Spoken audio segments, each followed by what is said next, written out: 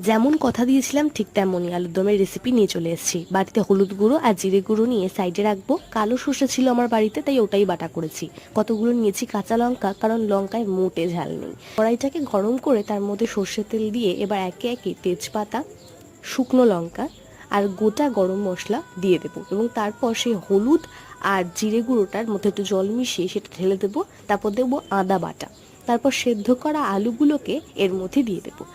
আলু সহ মশলাগুলো ভালোভাবে কষিয়ে নিতে হবে, রংটা হবে ঠিক এরকম।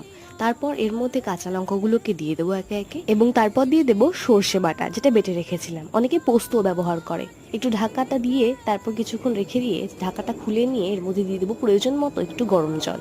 আলুটা যেহেতু সেদ্ধ করা ছিল তাই বেশিক্ষণ রাখা দরকার নেই। ঘি দিয়ে ভালো করে নাড়ি চাড়িয়ে ঢাকা রেখে দিলেই তৈরি আমাদের আলুর দম। এই বৃষ্টিমুখর দিনে কার না ভালো লাগে এরকম আলুর দম আর খিচুড়ি খেতে। আপনারা নিশ্চয়ই ট্রাই করে দেখবেন।